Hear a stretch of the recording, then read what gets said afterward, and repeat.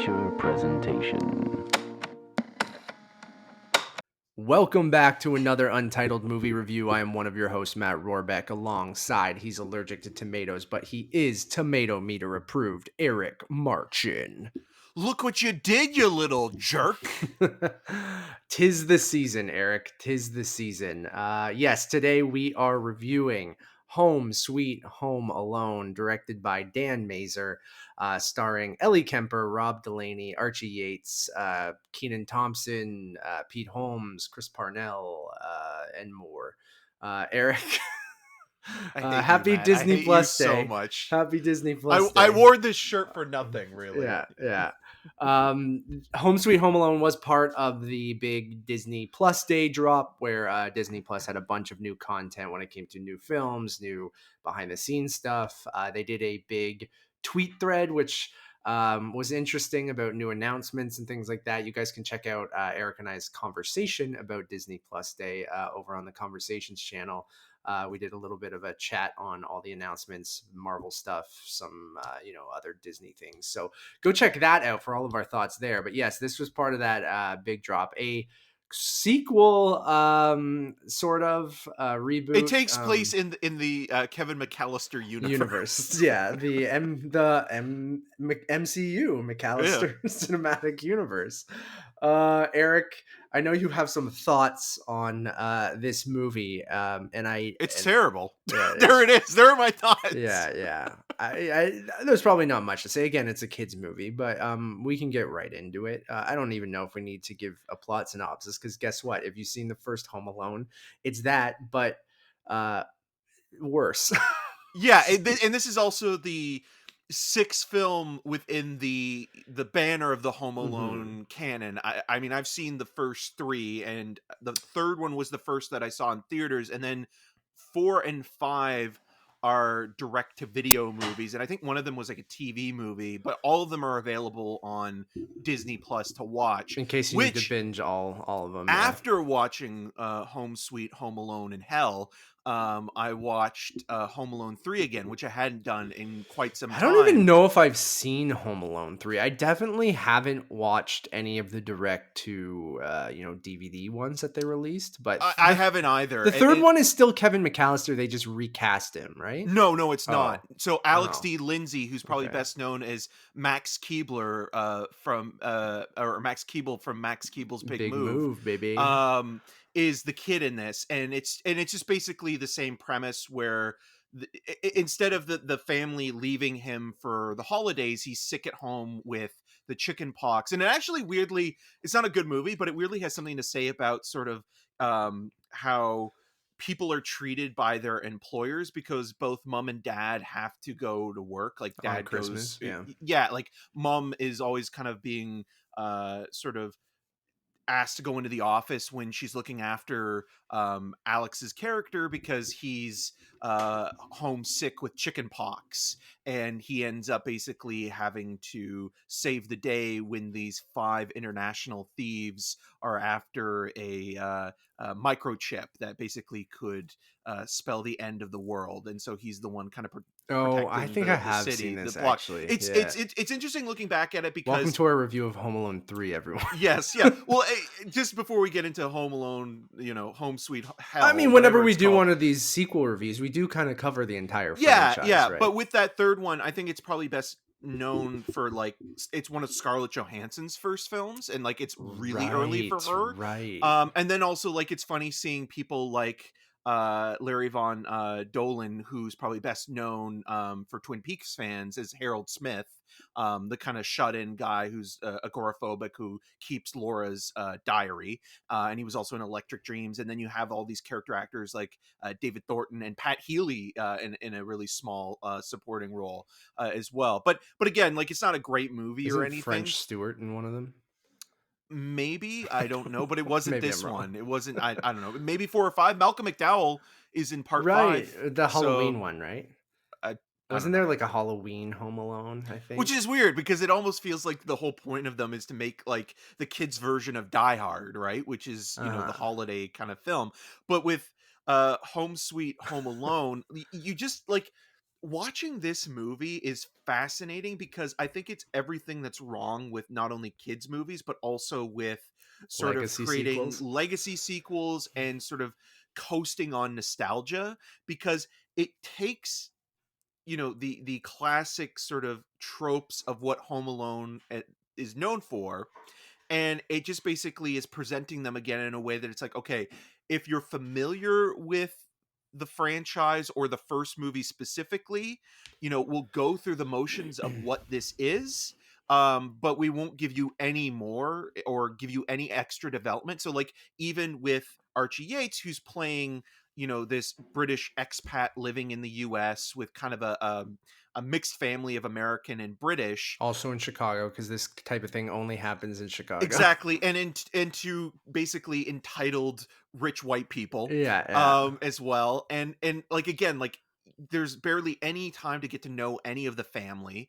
As soon as they leave to Tokyo, like, it's that kind of situation where he wishes his family were gone, they disappear. But on top of that, what's different here is that you're spending more time with the quote unquote antagonists of the film, and unlike the wet bandits, or the sticky bandits as they'll become known in the second film, they're not criminals. In fact, they're They're very sympathetic, actually. decent people that Yeah. are having to sell their home, played by Ellie Kemper, and I always want to say it's Rob Delaney, but I was going to Yeah. say Andrew Daly. Andrew Daly's also in this movie in a weird, like, sort of small cameo as Archie Yates' dad, who he really has nothing to do in the film. But yeah, Rob Delaney and Ellie Kemper are basically the Harry and Marv of this film, but instead of ransacking homes, they're basically after this doll that they believe that Archie Yates's Max has stolen, Stolen, yeah. which, this whole They're a film is just middle based class on. family that's kind of struggling, and they need to sell their home because they can't afford their Yeah, so mortgage Ellie Kemper's a anymore. teacher, Yeah. and Rob Delaney's an IT guy. He keeps saying that he's a data migrant Yeah. manager, But the or cloud's ruining his job. Yeah. yeah, and Funny. those are the kind of jokes that are brought in throughout the film. And then Kenan Thompson is a realtor that's trying to help out with the kind of the move. And Rob Delaney and Ellie Kemper haven't told their kids yet that they're selling the home. So this And then, doll could help them get money to save their yeah, house, this weird, essentially. creepy, like, European doll with his, A like, its head. defect gets them, it's very rare, so they could sell it for $250,000 and save their house. And so during Um, an open house, it supposedly the goes missing. shithead fucking kid. Yeah, and so they think that Archie's Maxes stole him, and as these movies ensue, a simple conversation could have solved, this whole dilemma, but unfortunately it doesn't. And so Archie Yates' character believes that he needs to protect To himself murder and the them. home.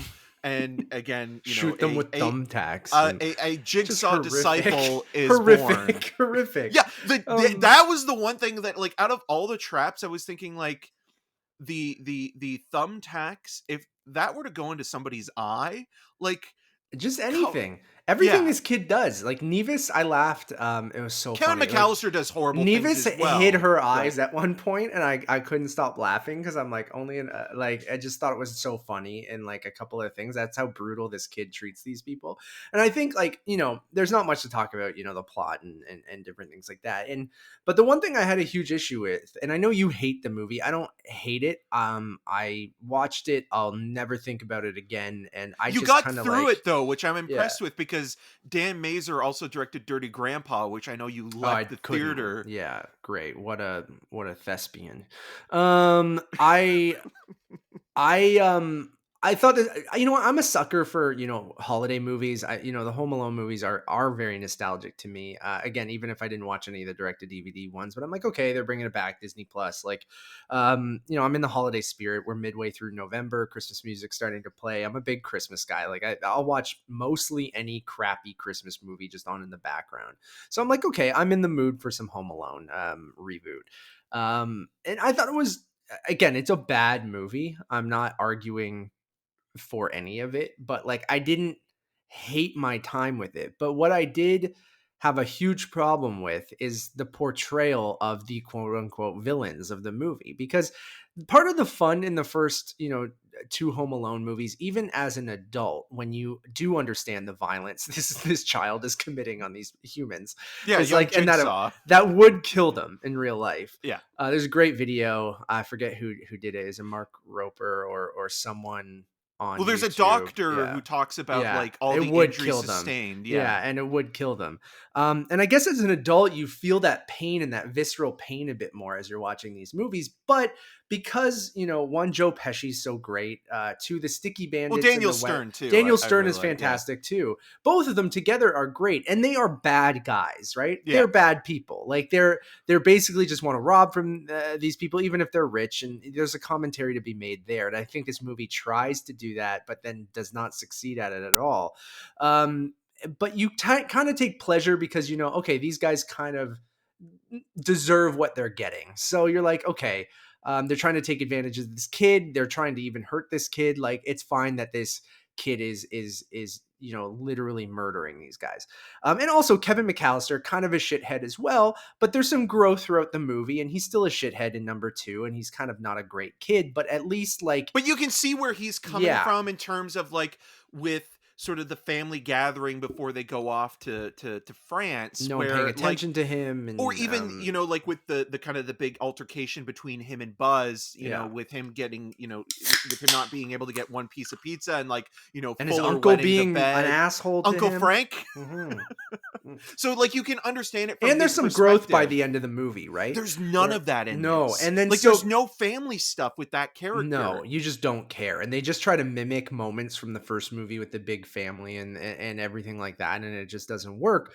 But then you get to the point where you see these two people, Pam and Jeff McKenzie, and you kind of just feel, you feel for them. You're like, okay, like that's brutal. Like, he lost his job, she works as a teacher, they can't make their mortgage, they just want to get this doll back to make some money and be able to keep their home. So like when it gets to the climax of the movie, and I think there's a nugget of cleverness there of, okay, what if they weren't bad people and they were just trying to get this thing back, and it's a big misunderstanding with this kid who the kid, based on when he hears them talk, thinks that they are the wet bandits, thinks they are bad guys. They're that's after why, him specifically Yeah. because they keep referring to the ugly boy, Yeah. which is the doll. But then even that's really a mean-spirited joke as well. But then on top of that, in terms of your mentioning of commentary there with like, the rich, And the poor stealing yeah. from the rich, Yeah. you have the poor being tortured by the rich because Archie Yates's character comes from And a that's more what I mean, affluent Eric. family. And that's what I'm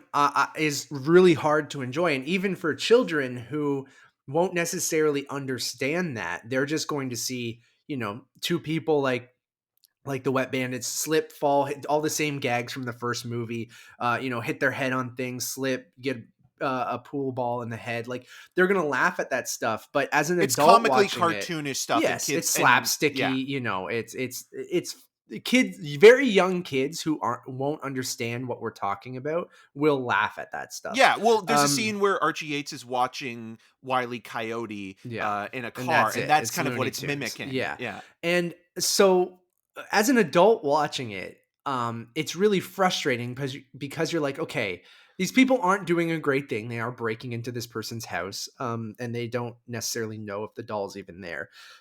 However, they are good people. So when you see them get brutally attacked by this child for a good 30 minutes of the movie in the last act, It's pretty sadistic. It's sadistic, and it's not funny, and it's actually uncomfortable to the point where you're like, these people don't deserve this, and like it's hard to watch at times. And I think that's the most frustrating thing is like they're really just, and I get it's a kids movie, everyone. You can be like, Matt, you're 33. Like this isn't necessarily for you. But Eric, you put it well, but you're like, kids even deserve better, right? Like the best kids movies we talk about all the time from Pixar and other places are those things that can have that fine balance of being, great for children, can have fart jokes, can have slapsticky stuff, and that adults might even laugh at, because, I like stupid comedies sometimes too. I Admittedly, I like will I will say this, and I hated myself for doing it. I did laugh at one fart joke when they're climbing up the wall and Rob Delaney's character farts Everyone on likes Ellie a good Kemper. fart joke. It's Everyone so likes a bad, good fart but joke. I laughed And at that's that. fine. Even the smartest people in the world will like a good fart joke.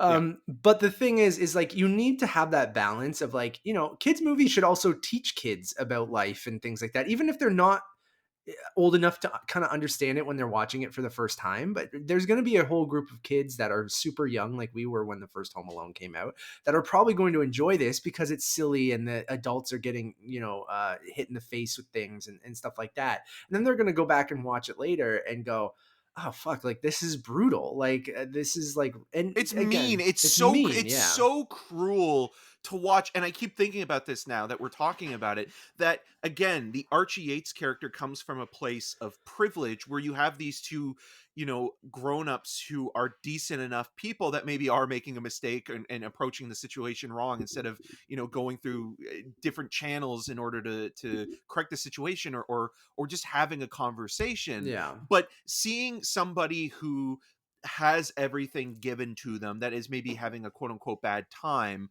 um torturing somebody that is of the working class the way that this kid does, is horrible. And then even the mom as well, at the beginning of this movie, when they kind of first meet them because they're at this open house to go to the washroom, again, like even that feels so like, there's this hierarchy where it's like, oh, we're above you, we're going to use your washroom and leave. And then also, the kid will ask for this drink, which is this recurring joke Orange throughout. soda. Yeah. The And then orange like Fanta that Eric had even at the the airport. yeah, even the mom, played by B Ashling, or Ashling B, pardon me.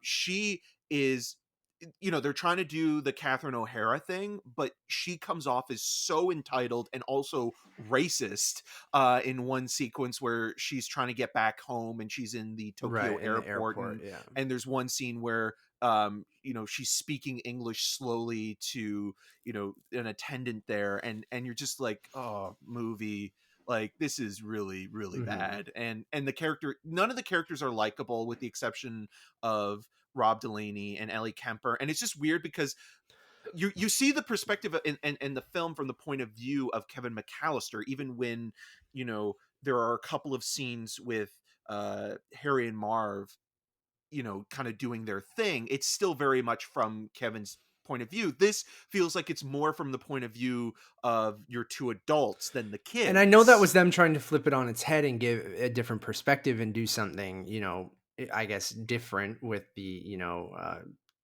with the formula of a Home Alone movie. And I kind of appreciate that, but then also it doesn't work at all for a lot of the reasons that we're saying. And I think having it from the point of view of Kevin in those first two movies, and you're as much dealing with him being literally home alone and being a child and the scariness of all that, more so Well, like than the furnace, right? Like yeah. your own imagination getting the best of And that's you. ultimately why he needs to protect himself so much from the criminals in the first movie, is because he is a child and he's scared. Where here, you never feel like Max is like anxious about being home alone or He's a anything. He's precocious, just like, self-aware kid who's also yeah, kind of an asshole. And like yeah, you want to I don't like saying this, but you kind of almost want him to get his comeuppance in a weird way. absolutely, dude, Like you're absolutely. waiting You're for some, like cheering, one of the traps to kind of backfire on yeah, him, yeah. in a way that kind of works. But then again, you like, I understand the first Home Alone, there's a certain nostalgia that we have for that movie because we were Neither that are great perfect. movies. Don't get I me would wrong. I would argue though, after watching this and watching Home Alone almost on a yearly kind of Yeah, basis, there is something novel about that first movie. absolutely. I don't. One, it's better written than I think it gets credit for. Two, I think there's something to say about a movie being shot on film Sure. that looks great. I think that And the John John Williams Williams's score score is is iconic. excellent. Yeah. And the, like, we both, already mentioned that Joe Pesci and Daniel Stern are a lot of fun in that film, but I actually do think Catherine O'Hara is Yeah. so good in that movie. Like, she is so warm, so likable. She's stern when she has to be, but she is the perfect embodiment of a decent mother and somebody that is also more complicated than what that movie required. And Yeah. like, even when she is making her way back to Chicago, because obviously, it was written by John Hughes, and John Hughes was a Chicago-based filmmaker, and Chris Columbus, who went on to do the Harry Potter movies. They created that location, and that's why it also takes place there. Um, the people that she interacts with, she's never condescending or cruel or racist. Like the scene where she's with John Yeah, I was Candy gonna and the say that. polka Yeah. nuts, she's like, okay, like I don't know if this is my thing, but she warms up to them in a way that it's like she's very grateful to have the ride back. And you never get that with the mom here. And it's just, again, this kind of feels like a series of scenes that have been put together. It's like, oh, you remember Home Alone? Well, we're kind of referencing certain things, and the things that we're referencing are also a little bit weird, because there's this whole like ongoing joke with milk, where like in the first Home Alone, there's a mention, Catherine O'Hara's character is like, okay, make sure to drink all the milk before we leave because we're going to be gone for a while. And throughout the Home Alone series, in the first three films, there's these weird sort of nods Sure. to that, and then in this there is that as well. And then also another character we didn't really mention is that Rob Delaney has a brother that comes in to kind of spend time with him and his family, played by Timothy Simmons, who's probably best known for Veep, who's very good on Veep, and who's also in Goosebumps as one of the police officers as well. He's really obnoxious. And then there's this whole thing of like, and maybe I'm thinking too much about this, but like, if they're brothers and that doll is worth, $200,000 per se, it's selling online, wouldn't he maybe want some of that money as well? Or like the idea that Because that the character, mom gave it to them, right? Yeah. yes, or maybe that character is rich, and you were thinking like, I think oh, is he that's what gonna, they're implied. Yeah, or is he implying. gonna step in and maybe help them, with Right. home, because they just were too sort of, No, the brother's just an asshole. yeah. And like, and uh, that's probably too much thought. And then like even the, like the son who's stealing things, and there's like there's this attempt at sly commentary as well, with like, the son of Timothy Simmons's character stealing a black Santa, and then also the Archie Yates character doing this dress up scene where he also dresses up in the mom's clothing, where it's trying to be universally acceptable, but also kind of but bring in Kevin different does that perspectives. too, right? Yeah, but I think that there's something there where they're trying to say like, this is gender fluid in some way, Sure, but sure. it doesn't do it in a way that's really well earned, No, or and even that's like, the whole thing. The movie just throws shit at you, but it's like, is this trying to say something? But it's not really, like, at no. all. It's just ultimately a kids movie, and they don't want you to think too hard about it. So I think like that's unfortunate, because again, like, I do think that there's some. Again, I'm saying the first two Home Alone movies aren't great movies, but I do think that there is something special about them, and I do think that they're not bad movies. I just don't. I think they do what we're saying here. Of is like, they are ultimately kids movies with a lot of silly slapsticky stuff, but I feel like they have a heart to them, where I And feel they're like just better this. written because they Yeah, were the first ones to do it. Like, sure. I don't love Home Alone 2, but Home No, Alone 2 it's the does same have movie. moments. Like, It's the I do exact like the same stuff. movie. I do love the stuff with Tim Curry. Like, I love the scene Yeah, where he Tim walks Curry's into the great. Yeah. room and what was the recorder? Oh, Uh the talk back, or no, or the Talk Boy, or yeah, I had one of them. I was that obsessed with that the is Home Alone amazing. Like, I movies. love the Uncle Frank shower scene. Like, that is to me, that is the peak comedic sequence in that film. But yeah, to your point, it's and we'll be talking about this with Ghostbusters as well, where the first two Ghostbusters movies, it's just the same film over again. That But there happened a lot, but yeah. but there is something charming about that first Home Alone movie, that even though like a lot of, older critics at that time didn't like it, and I get it, because you're of a certain age, you're reviewing a kids movie, but you look back at that and you think like, okay, the writing in this is actually a lot better than people gave it credit for, in terms of the payoffs and setups and sort of little kind of nuggets that are out throughout the film. Like, a lot of people in the last 5 years or so have always kind of been pointing out that Kevin McAllister's passport ends up in the garbage early on, and that's a signifier that he, no matter what, he wasn't going to make it to France. And Yeah. like, that is kind of interesting, like those details, for a kids movie is a little bit more thought out than Absolutely, yeah. what the sequels are, or what a lot of kids movies today are. No, that's not saying that kids movies today are bad, but there's just something about being shot on film, John Williams' score, the performances, those things all add into something that are really, again, novel for, the early 90s. Absolutely agree, and you don't really get any of that here. Couldn't find. I think it's the Talk Boy or something like that. But From that was World War II. amazing. Oh Like, I yeah, love that credit card. You got it. it's so good.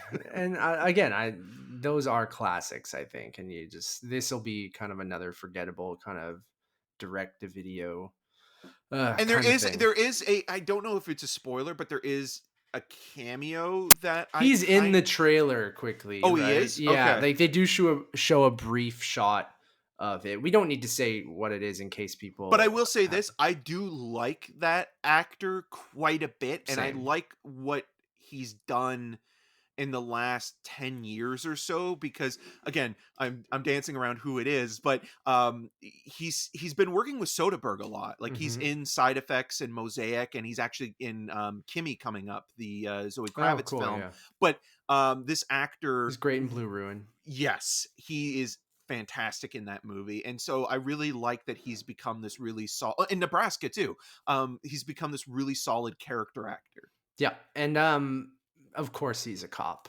Of course. Oh, yeah, but it's also, again, and it also makes sense that he's very incompetent. Yeah. It's really silly. Not a great movie. Again, I'm a little bit softer on it just because I didn't think too hard until we were discussing here. Other than I really did have a problem with the portrayal of, the Mackenzies, and how I'm fine with their portrayal. I think it's very hard to cheer on Max or even watch anything of even the stuff that he creates at the house isn't necessarily you can't even look at it from a creative standpoint, because I'm just like, these poor people, like these poor people are being set on fire and nails through their fingers and stuff like that, where I'm just like, it's brutal. The thumbnails are the worst, because I was thinking, like, okay, if that were to happen in quote unquote the real world, and that went into your eye, like, how do you make that funny? My problem when they push the alarm and there's that nail on there, where and I get that that's alluding to the nail on in the basement, right? When that's brutal in itself too, but it's just something visceral about seeing the nail go through someone's fingertip, and I'm just like, these poor people. So I think that's what I had a huge issue with, but I don't think it's a very good movie. But I don't know. I don't think it's necessarily harmless, but I just don't care that much. I'm gonna give it. Man, I'm bumping it down. I'm gonna give it a 2 out of 5. I'm gonna give it a 1.5. Wow, Eric really didn't like something when he goes under a 2. But yeah, I don't know. Like, I'm struggling. Even I saw my family yesterday, and my mom likes crappy Christmas movies, right? And there's nothing wrong with that. I mean, there's tons of Hallmark, and I'm like, do I tell her that to watch Home Alone or Home Sweet Home Alone? And I probably will. I'll just be like, because she'll just put it on in the background as she's doing other things, because she just constantly watches Christmas movies, and it's new, so she'll want to watch it. But all 6 are available on Disney Plus, and like, she could just go through all of them. She might do so. Or but even I usually only watch 1 and 2 every year. Because I had never seen. I still haven't seen 4 and 5, so I'm like weirdly curious to maybe watch those during to see how they compare to this. Yeah, but again, like, it's almost like you have to have. You have to have a certain filter. French Stewart is in number 4. He plays Marv. Great. So Great. So 4 was a TV You have to rate movie. These on a curve, right? Yeah. We'll wrap up in a sec, everyone. We've done 30 minutes on Home Sweet Home Alone. Jeez. I don't know if I've ever seen the third one. At the same time, 4 international spies working for a North Korean terrorist group. Yeah. What? Yeah. Good Lord. That's funny. 4 is called Taking Back the House, and it is a TV movie. The film returns to the original's main character, Kevin, this time played by Mike Weinberg, and one of the 2 sticky bandits, Marv, played by French Stewart. Kevin's parents are now separated, and he lives with his mother. Makes sense. Yeah. And Oh, we anyways, should that's also funny. mention that the script was co-written by Mike. I think Mikey And Day, Streeter who's an Seidel. who's an SNL. Streeter Seidel used to be a College Humor guy. Yeah. That's where I recognize him from too. Um, so Home Alone: The Holiday Heist is number 5, which is with Malcolm McDowell. Maybe one isn't like Halloween themed. Where did I even hear that? I don't know. Maybe you're thinking The Oh yeah, Predator. ghosts. No, there's ghosts in the 5th one or Okay. something. I mean, there are ghosts in Christmas stories, right? Like, Oh yeah, it's not. oh yeah. Anyway, the one thing I did kind of laugh at before we go is Yeah. the remake within a remake. That joke. Yeah, I actually thought that was like, it's very obvious. I hate using the word but meta now because of yeah, Facebook, yeah, but like that's like the sure. self-aware kind of moment of But the I film, think right? it is pretty. And I don't love the line of like, oh, the originals are always better than the remake kind of thing. Like, wink at the camera. I think that's maybe one step too far. But I do like what they are watching on the TV, and I think that is Yes. very funny for people who are fans of the original movie. Like, that was the one moment where I was like, oh shit, that's really funny. And I'm like, Right. not even like laugh out loud funny, but you're just like, I could see them having fun with that, of pitching, going like, oh, let's have them watching this thing, which is a remake from the movie that he's watching in the original movie. Like, I think that's funny. Yeah. Anyways, I'll end on that. I'll end on a positive note. Thank you all for listening. Like we mentioned, happy Disney Plus Day for those who celebrate. It's now over, but Eric and I did do a conversation about all the Disney Plus Day announcements. We covered that in a separate thing, not on our main show, because on our main show, the 106th episode of the Untitled Movie Podcast, we talked about our trip to LA. We went to LA for 24 hours. So go check that out. Episode 106, conversation on Disney Plus Day, also available for you guys. We also have reviews up right now for Ghostbusters Afterlife, Red Notice, and others. So go check out Untitled Movie Reviews for those, are actually right on that channel. So go check those out. On YouTube, you can find us. Just search for Untitled Movie Podcast and we'll pop up there. Podcast service of choice. Go to our letterbox. You'll find all of our links, which is Untitled_cast. That's probably the easiest place to find everything that we do. Thank you all for listening or watching. My name is Matt Rohrbeck. You can find more of my work around the internet, but mostly at UntitledMoviePodcast.com. And you can follow me on all those social medias at Matt Rohrbeck. And I'm Eric Marchin. You can find more of my video reviews at rogerstv.com/cinemascene and on the social medias at EM6211. Until next time. Merry Christmas, you filthy animal.